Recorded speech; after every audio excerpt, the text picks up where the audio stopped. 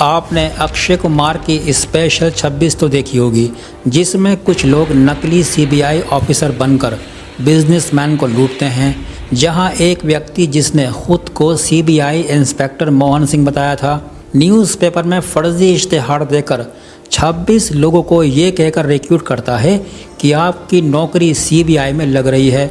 बाकायदा होटल ताजमहल कोलाबा में इंटरव्यू लिए जाते हैं और अगले दिन सभी लोगों को साथ लेकर मुंबई के मशहूर त्रिभुवन दास भीमजी ज्वेलरी एंड सन्स के ओपेरा हाउस ब्रांच पर छापेमारी की जाती है।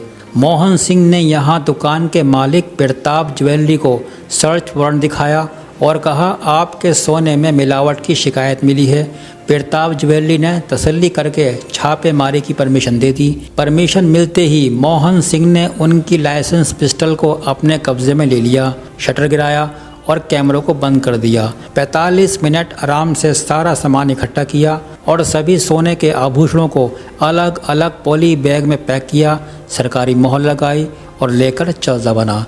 ये घटना आज से 36 साल पहले की है और इन 36 सालों में देश अब डिजिटल हो गया है और डिजिटल इंडिया में अब डिजिटल स्कैम की बाढ़ आ रही है। ऐसे ऐसे स्कैम सुनने को मिल रहे हैं कि आपके होश उड़ जाएंगे।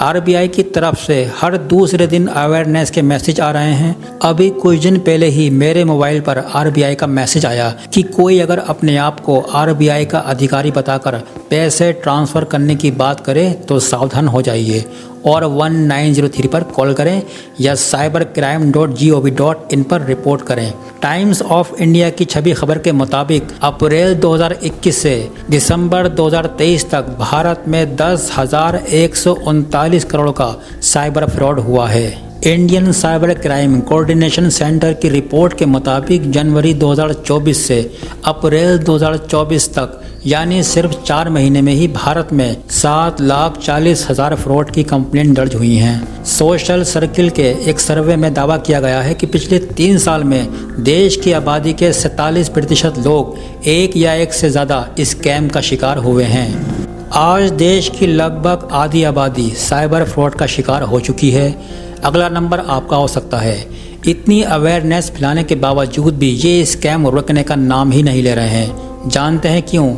एक तरफ आपको लगता है कि आपके साथ ऐसा कभी नहीं होगा और दूसरी तरफ ये स्कैमर्स बाकायदा स्कैम करने का कोर्स कर रहे हैं। विश्वास नहीं होता ना? तो टाइम्स ऑफ इंडिया की इस खबर को देखिए। ये लोग नई नई टेक्नोलॉजी सीखने के लिए विदेश नाइजीरिया तक जा रहे हैं।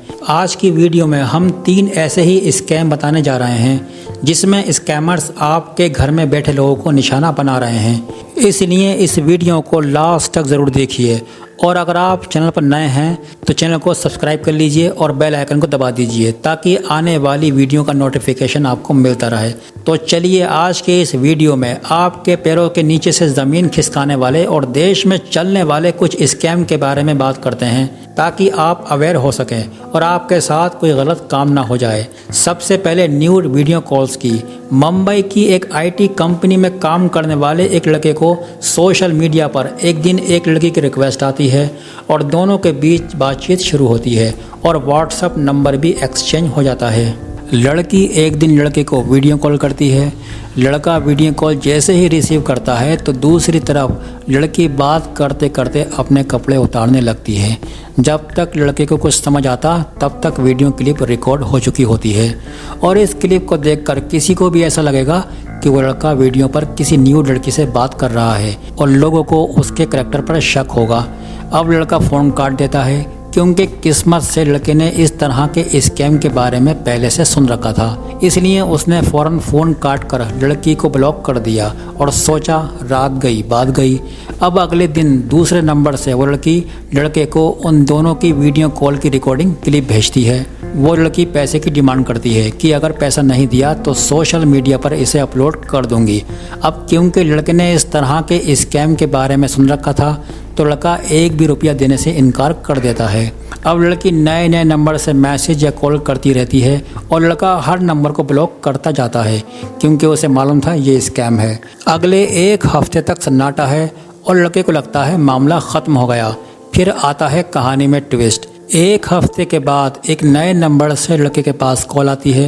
लड़का फ़ोन रिसीव करता है और सामने वाला ख़ुद को पुलिस अधिकारी बताते हुए लड़के से कहता है कि हमें एक लड़की की डेड बॉडी मिली है और सुसाइड का केस लगता है।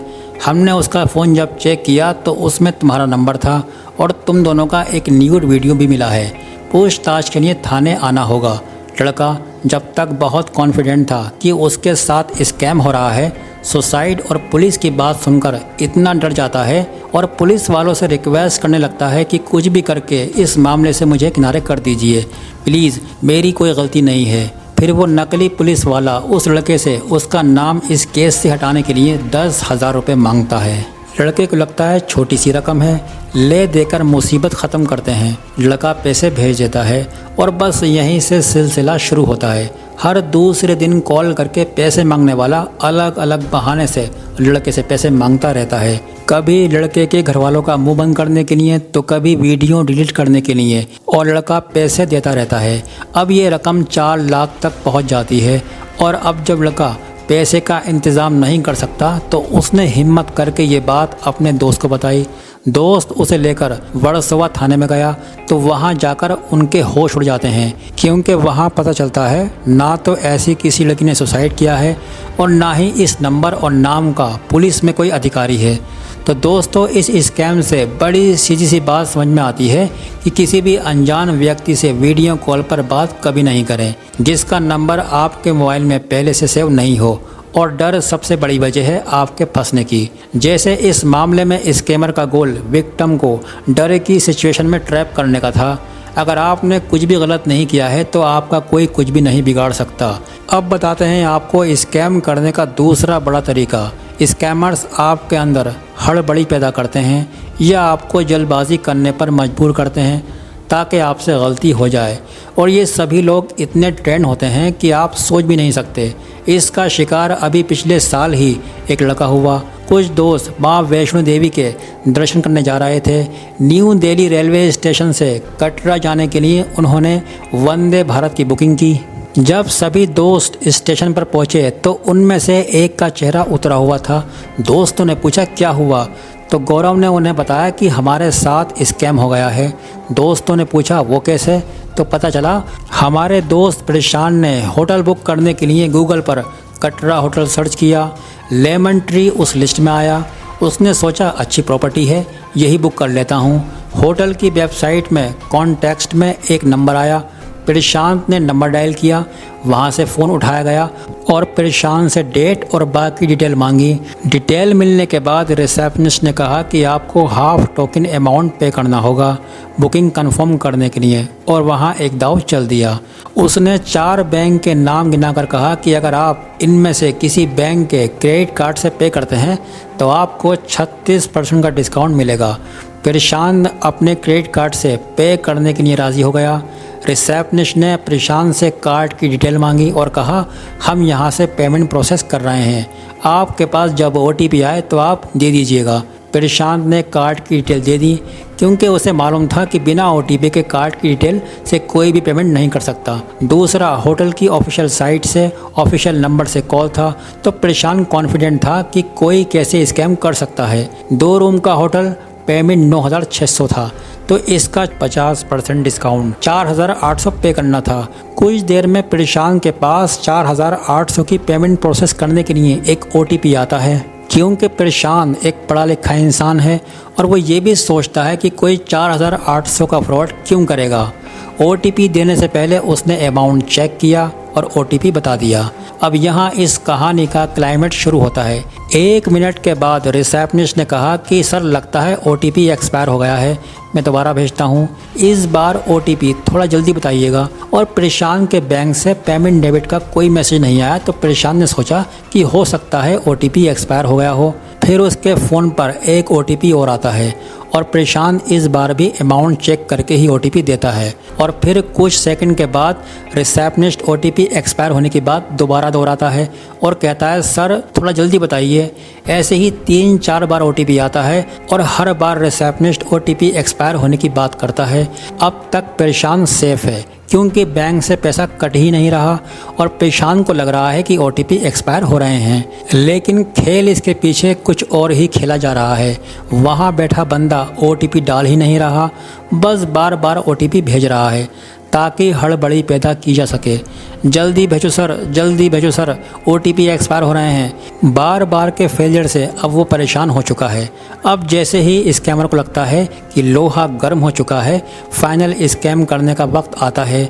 इस बार फिर से OTP आता है और फिर से रिसेप्शनिस्ट कहता है प्लीज़ सर जल्दी भेजिए। और इस बार प्रशांत जल्दबाजी में सिर्फ OTP नंबर पड़ता है और तुरंत भेज देता है। अब पहली बार बैंक का मैसेज आता है कि पेमेंट डिडक्ट हो गई है। प्रशांत को लगता है चलो बुकिंग कंफर्म होगी, लेकिन तभी प्रशांत की नज़र अमाउंट पर जाती है तो उसके होश उड़ जाते हैं कि उसके अकाउंट से 4,800 रुपये नहीं 4,80,000 रुपये डिडक्ट हो चुके हैं। अब प्रशांत को काटो तो खून नहीं, उसे समझ नहीं आ रहा है कि आखिर इतना बड़ा अमाउंट डेबिट कैसे हुआ। वो वापस से उस OTP वाले मैसेज को चेक करता है और देखता है कि आखिरी बार उसे जो OTP भेजा गया वो 4800 के लिए नहीं बल्कि 4,80,000 के लिए था। वो वेबसाइट भी नकली थी और वो नंबर उसके बाद स्विच ऑफ हो जाता है। बैंक में कंप्लेंट की जाती है। दर्शन से वापस आकर गुरुग्राम थाने में रिपोर्ट दर्ज की जाती है, लेकिन पैसा कहाँ गया, किसके पास गया, अब तक पता नहीं चला। अब सवाल यह है कि इतना सतर्क होने के बावजूद प्रशांत के साथ फ्रॉड कैसे हुआ। इस मामले में प्रशांत को जिस सिचुएशन में ट्रैप किया गया वो आधे भारतीयों की कमज़ोरी है, जल्दबाजी यानी हड़बड़ाहट। स्कैमर ने जानबूझकर 5 बार OTP का इस्तेमाल ही नहीं किया ताकि एक ही प्रोसेस को बार बार रिपीट करके प्रशांत के दिमाग को इतना बोर कर दिया जाए कि वो बस जल्द से जल्द इस प्रोसेस को ख़त्म करने की सोचने लगे। इसी वजह से प्रशांत के दिमाग ने 0 काउंट ही नहीं किए। इस तरह के स्कैम में किसी को भी फंसाया जा सकता है क्योंकि हमारा दिमाग आधी चीज़ों को पढ़ता है और आधी चीज़ों को एज्यूम कर लेता है। जितनी जल्दबाजी की सिचुएशन होगी दिमाग का फोकस उतना ही कम हो जाता है। इस तरह के स्कैम से सीधे बचने का रास्ता है, जब भी जल्दबाजी में पेमेंट की सिचुएशन आए तो पेमेंट नहीं करें और ब्रेक ले लें। ठंडे दिमाग से ही पेमेंट करें। 1-2 मिनट की देरी 4 लाख के नुकसान से कहीं बेहतर है। अब आपको बताते हैं स्कैम करने का बिल्कुल अनोखा और डिजिटल तरीका, जिसको आज की भाषा में बोलते हैं डिजिटल अरेस्ट, जहां आपको आपके ही घर में अरेस्ट कर दिया जाता है। दिल्ली के सीआर पार्क में रहने वाली 73 साल की कृष्णा दास गुप्ता के पास 24 मई को सुबह 9:30 बजे एक कॉल आता है और दूसरी तरफ से एक रिकॉर्डेड मैसेज सुनाई देता है कि आपका फ़ोन ब्लॉक कर दिया जाएगा। फ़ोन रिंग किया तो मैंने फ़ोन उठाया तो उसमें एक रिकॉर्डेड मैसेज आया कि आपका फ़ोन ब्लॉक कर दिया जाएगा। फ़ोन ब्लॉक होने का सुनकर कृष्णा जी ने डर कर दोबारा उस नंबर पर कॉल बैक की। फ़ोन उठाने वाले उस व्यक्ति ने उनसे कहा ये मुंबई थाने पुलिस स्टेशन का नंबर है और मुंबई के इस थाने में एक मोबाइल नंबर से कई लोग गालियाँ और पोर्नोग्राफिक मटेरियल भेजने के लिए 20 कंप्लेंट दर्ज हुई हैं और जांच में पता चला है कि ये नंबर आपके आधार कार्ड पर रजिस्टर है, इसलिए आपके नाम अरेस्ट वारंट निकला है। आप 2 घंटे में मुंबई आइए।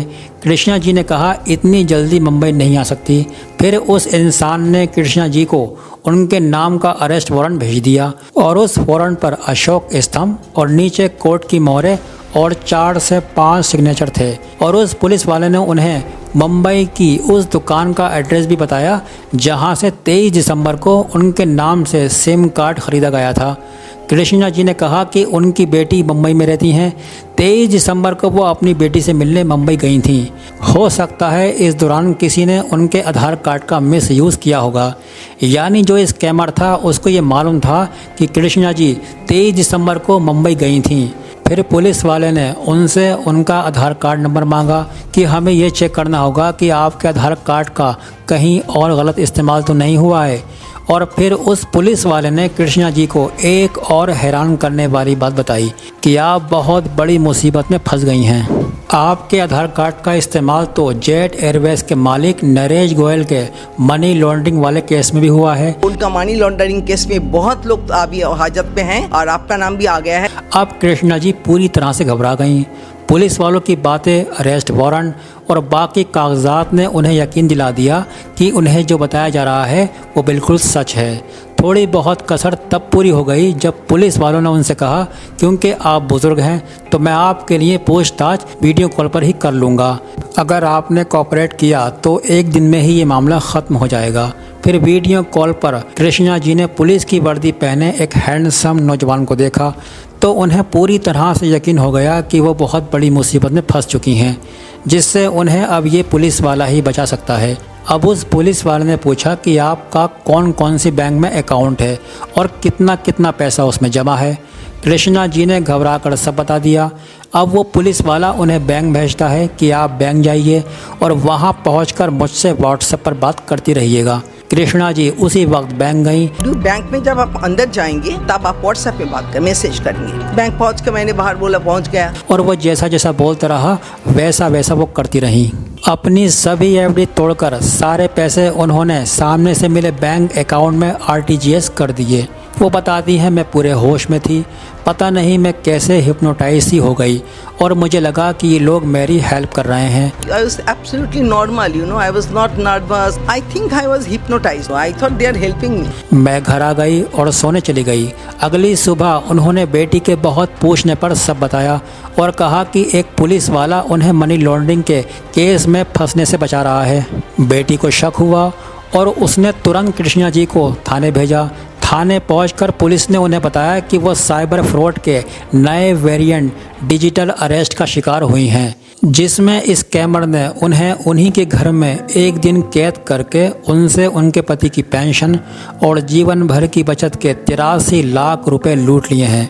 दोस्तों, इस देश में जितने फ्रॉड हुए हैं, हर फ्रॉड का विक्टिम बेवकूफ़ नहीं होता, वो दिमाग लगाता है। पर स्कैमर हमारे दिमाग की साइकोलॉजी से खेलते हैं। वो स्टेप बाय स्टेप डर, लालच, जल्दबाजी और कन्फ्यूज़न की सिचुएशन क्रिएट करते हैं, क्योंकि यही वो 3 सिचुएशन हैं जहां आपका दिमाग काम करना बंद कर देता है। आप फ्रॉड का कोई भी तरीका उठाकर देख लीजिए, हर फ्रॉड में 4 बातों में से कम एक बात ज़रूर नज़र आएगी। पूरी दुनिया के इंसानों का दिमाग करीब करीब इसी तरह से ही काम करता है।